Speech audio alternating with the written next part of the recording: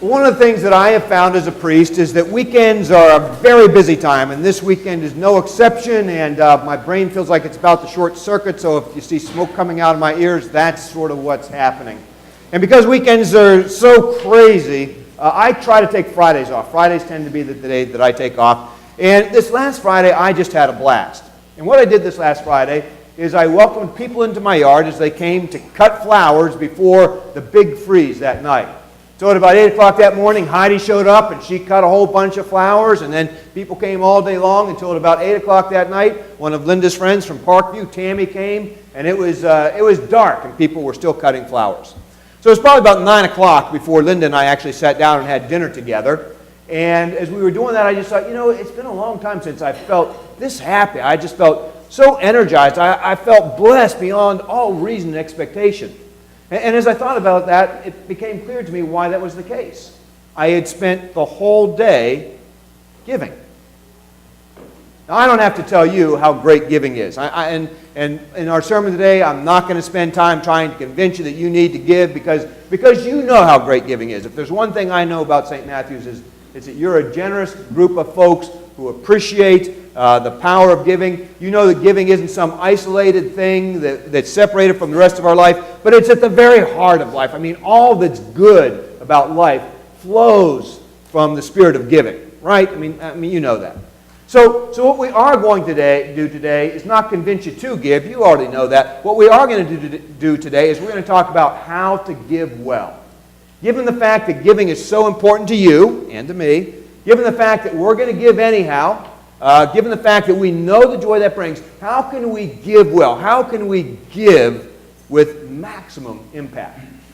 And to think about that, we're going to pick up where we left off last week. And you remember last week we talked about the principle of an ounce of prevention is worth a pound of cure, that preventing a problem, is far better than having to intervene to try to fix something after it's broken. We talked about that in the context of the important relationships of our life and in marriage in particular.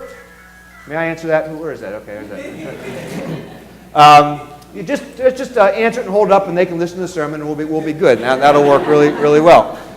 So we talked about that in terms of marriage last week, and just to get us thinking about that principle once again, we're going to ask the question this morning of which is better, to try and fix something after it's been, blown up, or prevent it from being blown up in the first place. And help me, brother, help me. See, that's hard. He works out. That's good. Thank you. That's important. Okay. So we had to modify this experiment a little bit. The experiment, as we did it, turned out to be a little more forceful than we expected, and may not have been entirely safe for this situation. I exploded my first bomb, and my next door neighbor came out and said, "What was that?" And I said, "I'm just practicing for church tomorrow." And he said, "Oh, holy cow!" I said, "We even have baptism. It's going to be really interesting." He said, "You didn't do that at church when you were growing up?" And he said, "No." I said, "See what you're missing when you don't come to church?" And he said, "Yeah." I'd say so. Okay, so what we have here is, what we're going to blow up is a bottle, but we're going to blow up something bigger at the Oktoberfest, okay? Where we can go outside and we have more space. We're going to do something a little bigger. So come back for that. All right, let's see what we got here. I'm actually really glad we're not working with liquid nitrogen. The dry ice is sort of interesting enough.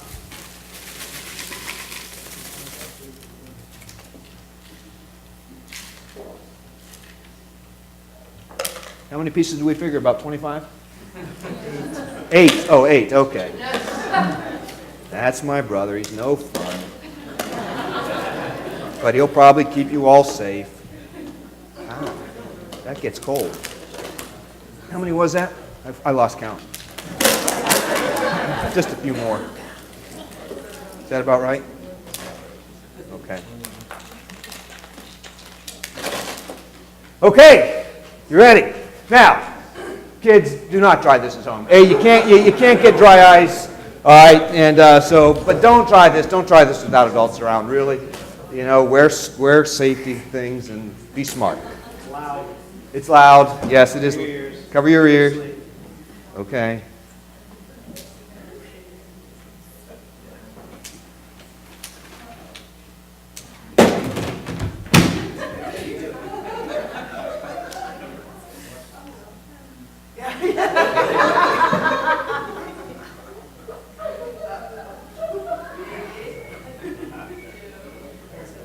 take as much as a minute. Should we check it? It's creaking. I heard something. Here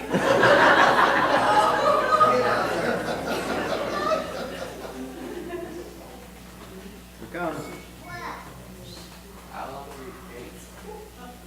You hear it?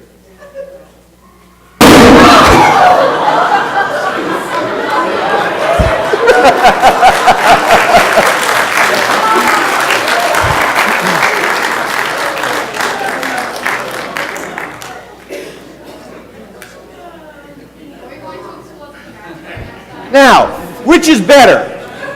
To try and put a bottle back together after it's been blown up, which you can kind of do if you use a lot of duct tape, but it's never quite the same afterwards, or to never blow a bottle up in the first place.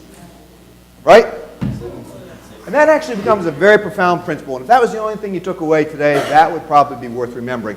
But the fact is, we can apply that to giving. And the guy who helped me think about this is a guy by the name of Andy Stanley, and I found this very helpful. And what he said is that most people are intervention rather than prevention givers. And he made the distinction between intervention and prevention giving. And he said with intervention giving, the way that people give is they give to things that excite them emotionally. So if we make an emotional appeal, if we say this person has suffered tragic loss, and we tell you a tearful story, and we say, you got to help, man, our wallets will just come out right away. Say, oh yeah, we got to help, we got to do that. Because it warms our heart, it wrenches our heart, and we respond emotionally. We say, oh yeah, I got to help. And if we tell you a story that's measurable, if we say, there's 100 hungry kids, there's a housing facility over there, there's 100 kids, we found them. If you give X amount of dollars, we can feed these 100 hungry kids. Again, our wallets will come right out. Oh yeah, 100 hungry kids, if we just give this much, we'll do that. It's measurable, we get excited about that, we want to do that. But the thing about preventative giving, as opposed to intervention giving, and intervention giving is the way most people give. Prevention giving is neither emotional nor measurable. It's not emotional because what prevention does is it keeps the organizations running that make that huge impact in the world around them. So it's not sexy paying light bills, nothing sexy or glamorous about that. Purchasing office supplies, that doesn't warm the heart, or wrench the heart like pictures of starving children. But in terms of keeping an organization running that's going to have that kind of impact on the world, that it prevents these kind of problems from ever occurring, the kinds of organization that build health and hope and love right into the world around us, man, that kind of giving is essential. So not emotional, and it's not measurable. And the reason it's not measurable is because you can't measure what you prevent, because what you prevent never happens.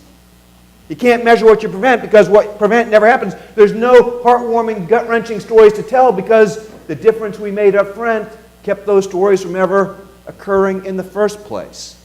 You see, there's no way to really measure how many families never slip below the poverty line because we taught them how to speak English at ESL, or we taught them how to read well by tutoring over at Rolling Ridge. There's no way to measure the difference it might make in the relation of folks with rich white folks, which many of us are, and a lot of folks who aren't rich white folks look at rich white folks and think, those folks don't like us much.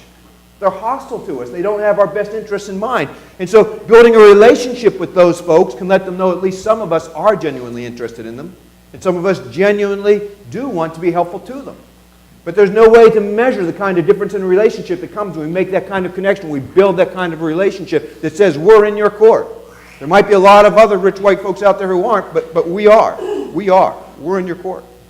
There's no way to measure the difference that happens when a man doesn't poison his family with anger. I mean, just let the rage that's inside him just spill out and just poison everything it touches.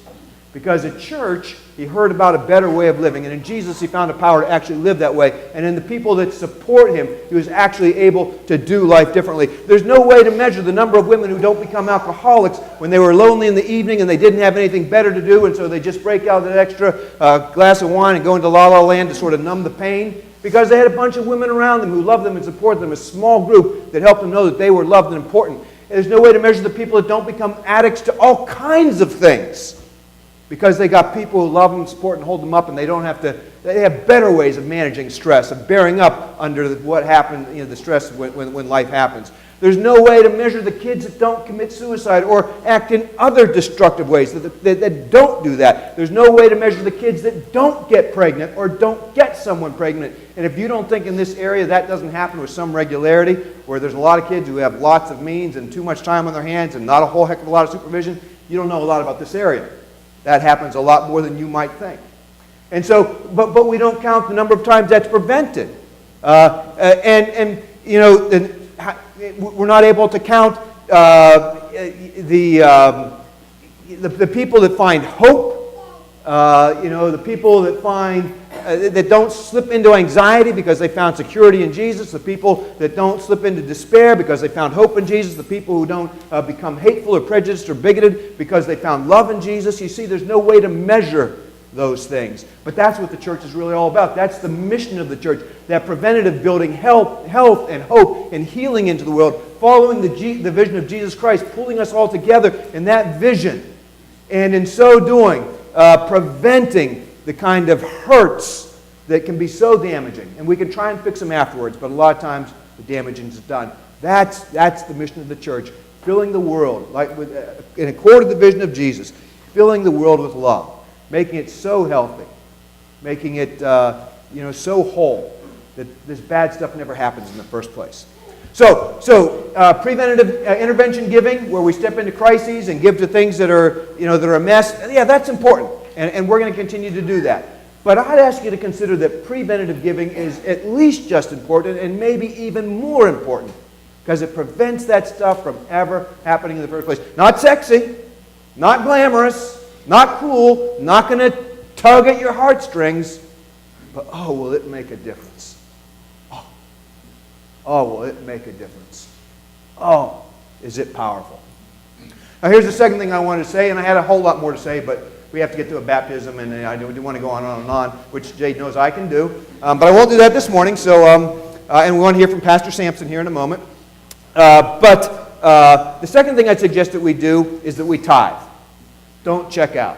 All right? For the second thing I suggest that we do is we tithe, but don't tune me out right away. I want you to listen, because we're going to come at this a slightly different way. And actually, what I'm going to hope that we can see together is that even secular research right now is bearing out the value of a tithe. Now, you know what tithing is. Tithing is simply giving a percentage of our income and applying it on a regular basis to our giving. And for those of us who are Christians, for those of us who follow Jesus Christ, those of us who say, Jesus is my Lord and Savior, I'm going to be faithful to Him, that's important to me, tithing is just something we do. And again, I'm not going to try and convince you of that, because you're already convinced. You know that's part of what it means to follow Jesus. And so you just take one out of every $10 you get and you apply it to the work of God. And no questions asked. That's just what we do. And for those of you who do that, who give regularly and faithfully, who don't wait for us to ask you to give, who don't wait for a sermon to strong-arm you, who don't wait for some sort of emotional appeal, but you just give faithfully week in, week out, one out of every $10, you say, God, man, you are so good to me, this is the least I can do for you. You're the ones that make it all happen. You're the ones that keep the lights on, the doors open. You're the ones that help us do what it is we do and make the impact that, out there in the world that we make. And we make a huge impact. When you say, man, I'm just going to take one out of every $10 that I have, God, I'm so grateful for what you've done for me, and you apply that to the work that we're doing here, man, you build help and hope and healing into the world in ways, man, it's just absolutely incredible. That's so important, that makes such a huge, huge difference. But if you've never tithed before, I want to ask you to consider it. And here's why. And again, don't tune me out quite yet. You can tune me out in a minute, but just hear this part of it. And here's why. This almost makes me laugh because it's so funny. But in the world, the big secular givers, so people giving like to the Bill Gates Foundation, there's some Warren Buffett something or other too, but I forget the names, too much stuff in my head. But these folks who are real high achievers, like the highest level achievers there are, and they say we want to achieve in our giving what we've achieved in other areas of our life. They have begun to write about, they've done research with some of the money, and they've begun to write about pioneering, get that, pioneering tithing.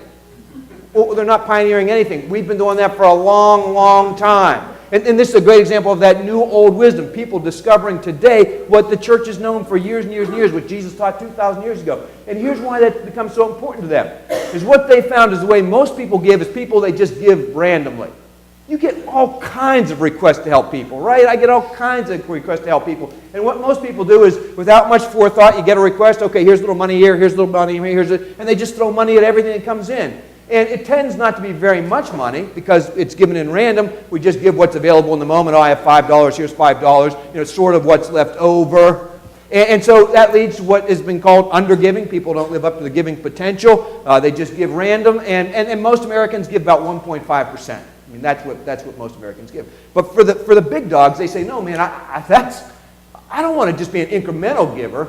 I want to be an instrumental giver. I want to give in such a way that, man, my money makes a kind of impact that I've made on the business world, that I've made here, that I've made there. And so what they say, the only way to do that is to budget properly.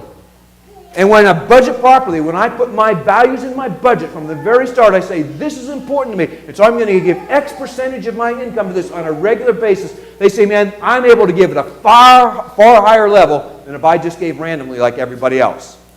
No, they don't tithe for religious reasons. They don't tithe like we tithe in faithfulness to Jesus. They tithe just because they're thankful for all the blessings that they have in life.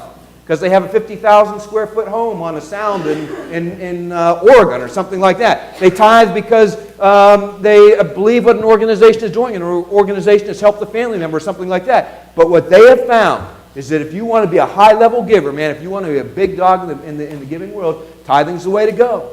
On a regular basis, on a monthly basis, taking a percentage of your income and just giving that away freely to something you really believe in, that unlocks the power in the way of giving, the power of giving in a way that random giving, just giving a little bit here and a little bit there to whoever needs it, never, ever will. So let me ask you, will you tithe? Will you join me in tithing? And I do tithe, and in fact, we more than tithe. And if you've never tithed before, giving 10% is probably too much. So don't start there. Sort of like me walking in the gym after I haven't been there for a few years and trying to bench 300 pounds. I'm only going to hurt myself. Don't start there. Here's what you do. Is you sit down with God. If you don't believe in God, that's okay. We're just glad you're here. I know not everybody in here does believe in God. That's fine. We're just glad you're here. Then sit down with your spouse. And just, ask God or ask your spouse, how much would you have me give? Make that your prayer. Make that your literal prayer. Sit down and say, God, what would you have me give? Or, honey, how much should we give? And then listen. And then get that number, 2%, 3%, 5%. Stretch a little bit because you can do more than you think you can do. Stretch a little bit. Pick that percentage and then give it.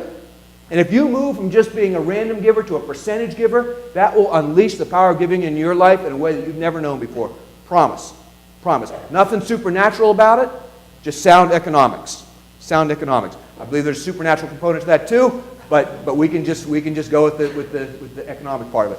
And if you are a person who's a percentage giver already, consider increasing the amount you give. I say that same prayer. God, what would you have me do? And then consider giving even more generously in the year to come, because we want to grow bigger and bigger hearts. That's part of what it means to be faithful to Jesus. And so if you're pursuing the 10%, but you've never given it, maybe this is the year. Maybe this year you go from 8 to 10, from 9 to 10. You say, yeah, this is the year. I'll give that full percent. If you give 10% already, maybe say 10% isn't enough. This is the year I'm going to give even more. As much as God has given me, I want to give back so generously.